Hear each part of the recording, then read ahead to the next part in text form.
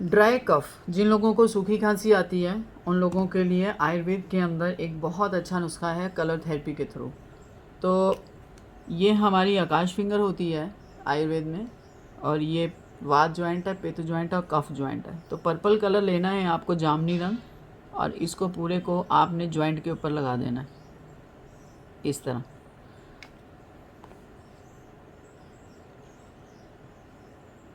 कई लोगों को सिर्फ इतना ही लगाने से खांसी में चेंज आ जाता है। सिर्फ यहाँ से यहाँ लगाएंगे तो कफ जो है वो नॉर्मल आना स्टार्ट हो जाता है। तो खांसी जो है, ड्राई खांसी, वो ठीक होनी शुरू हो जाती है। तो आकाश का कफ जॉइंट जो है वो आपकी खांसी को कम करता है। Thank you so much.